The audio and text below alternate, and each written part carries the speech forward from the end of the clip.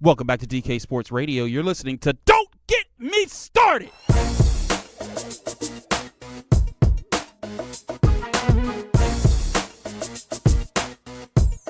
Don't get me started on a Larry Fitzgerald debate.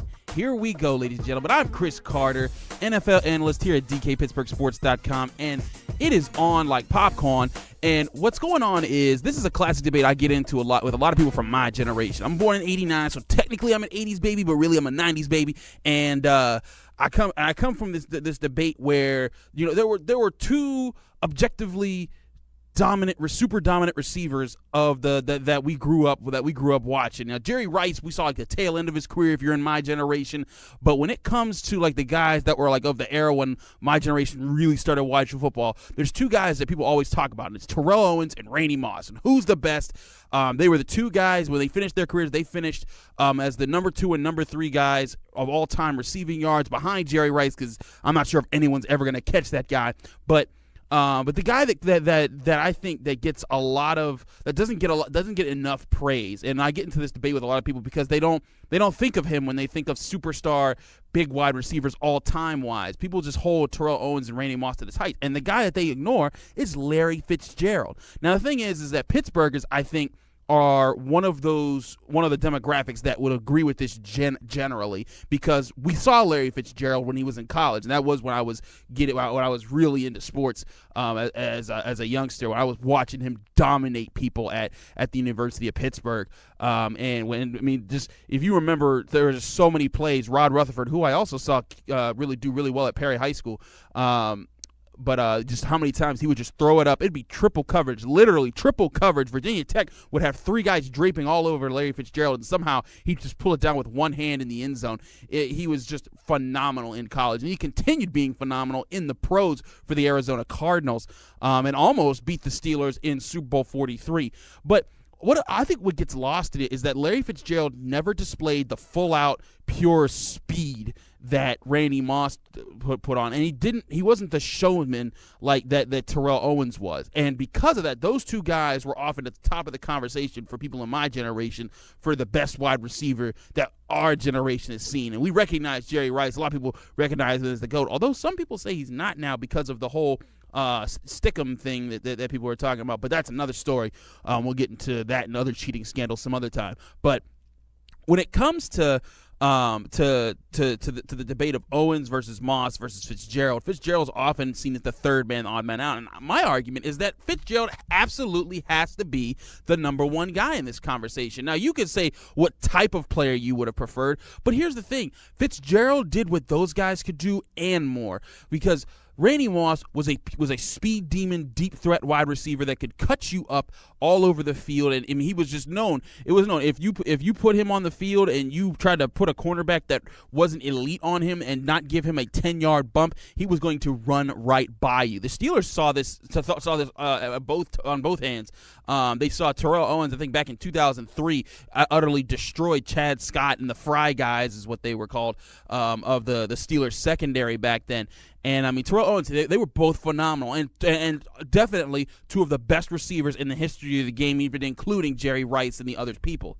But when it comes to Larry Fitzgerald, my argument with him is, if you look at the way that he ran his routes and the way that they ran theirs, this guy always fought to the finish. Randy Moss was a guy that he could make the big plays, but in the clutch moments, Randy Moss wasn't always that guy. Like, he was the guy you wanted to get the ball to, and he was the guy that you knew could win a one-on-one situation, but he wasn't always the guy that if you got it to him short of the goal line, he was going to make 5 guys miss and carry another guy into the end zone. And Larry Fitzgerald was that guy. Still is that guy. He's still playing. Now, I bring this up because Larry Fitzgerald, over this past season in 2017, he surpassed Randy Moss in yards. He still has to catch Terrell Owens. Randy Moss had, I think, 15,200 some yards. And Larry Fitzgerald, he has 15,545 right now. Terrell Owens right now is the guy that he's chasing next to Jerry Rice. I mean, it's just pretty much a foregone conclusion. He won't catch Jerry Rice. Jerry Rice is way too far ahead. But Terrell Owens has 15,934 yards, so that's about like a 400 and some yard climb for Larry Fitzgerald, and he's going to be doing it with the Cardinals. They still don't have another premier threat as a receiver. Now David Johnson will be coming back, but it's presumably that you could get Larry Fitzgerald at least 500 yards. He hasn't had a season below 700 yards since his rookie year in 19. I'm sorry. Whoops, I'm looking at the wrong guy right there. My bad on the stats. But if you look at his past season, the lowest season he's ever had was 780 yards, and that was his rookie season of 2004. So he would have to have an abysmally horrible season, which we've never seen out of Larry Fitzgerald, or he'd have to get hurt, which also we've never seen out of Larry Fitzgerald. But he'd have to have a lot of bad things happen to stop him from eclipsing Terrell Owens and getting to 16,000 total yards receiving, which would make him the number 2 receiver of all time. And my argument is that Larry Fitzgerald absolutely is the number 2 receiver of all time. Even if, say he does get injured this year and that ends his career, I still take him over Terrell Owens. And a lot of people will do it simply because, oh, well, Terrell was a head case and da-da-da-da-da, and, he was always in the news for the wrong reasons. And well, here's my thing. Larry Fitzgerald does everything that Terrell Owens would have done and goes to the next power. He blocks better than Terrell Owens. He has his effort. And people remember, I think one thing that always sticks out to me about the Super Bowl that people often forget, when James Harrison was returning to his interception for a touchdown at the half, the one man that was chasing him through the sideline and jumping over people was Larry Fitzgerald. This guy doesn't give up on a play. Even when he's completely away from it, it has nothing to do with him. And he really has, he's not in a position where anyone can say, you know what, Larry, we're mad at you. Because Larry's a god out in Arizona. And I say god like a little G. But he is just worshipped. If you've ever gone to their stadium, he is the man. Now, David Johnson is probably going to take that over once Larry retires, because they're going to need to have someone active that they worship out there, considering they're the Arizona Cardinals. But Larry Fitzgerald is and rightfully worshipped in Arizona, because he is the best receiver that this generation has seen. Now, is Antonio Brown creeping into the conversation? Obviously, but we still got to see how he plays out. Larry Fitzgerald's arguably on his last season. A lot of people thought last year was going to be his last season, but he keeps kind of extending his career. And I mean, it seems right. The guy's healthy. The guy knows what he's doing. He's not putting himself at risk, really. But I mean, this guy, he's a warrior. If I remember, I think it was 2016, and not this past season, but 2 seasons ago, I remember watching that guy finish out the season, and Arizona was struggling. They weren't going to make the playoffs, but he was bleeding, and he was in the game still fighting to win the game for his team, catching it over the middle, taking big hits. That's just Larry Fitzgerald. That's the receiver I want on my team any day of the week. I mean, honestly, if I had a pick if I had to pick an all-time team, you get into that debate with your best friend, and you're like, oh, if I had to pick, we had to pick all-time teams. It was like a draft between 2 of you.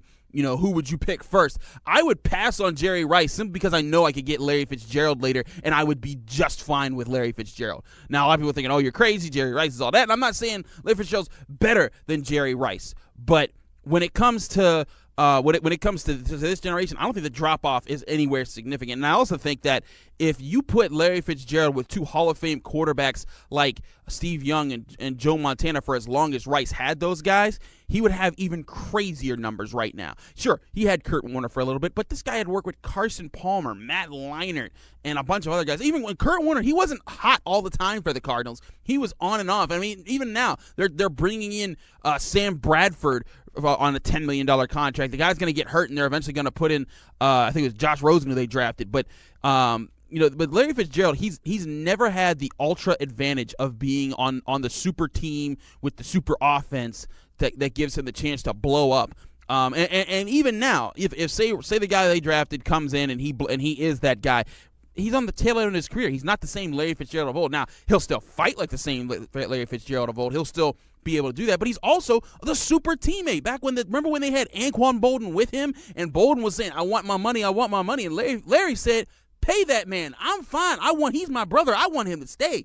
He was willing to take a pay cut to keep Anquan Bolden. Now, as we know, he didn't take it. Anquan Bolden ended up leaving anyways. But Larry Fitzgerald has been the ultimate team player, the ultimate receiver. He goes up and gets the ball. He beats you deep, beats you short, runs his routes, runs you over, stiff arms you, makes you miss, and blocks you if he doesn't even have the ball. That is the ultimate guy I want on my team. As a receiver, hands down. I'm saying forget Randy Moss and Terrell Owens when it comes to this discussion. Larry Fitzgerald is your guy.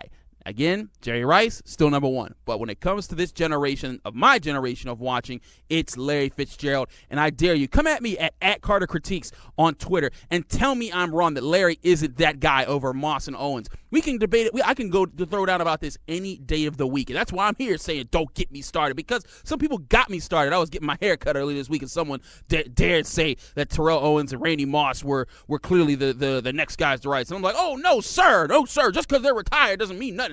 Larry Fitzgerald right now is better than both of them. But like I said, hit me up on Twitter at Carter Critiques. I take on all people that if you like. I love discussion. I love arguments. And it's all fun to me. But Larry Fitzgerald, that's my guy if I'm in this debate. But yeah, so that's it. That's what got me started today. You've been listening to DK Sports Radio. I'm Chris Carter, NFL analyst for DKPittsburghSports.com. Stay tuned because we have a lot more great shows coming at you.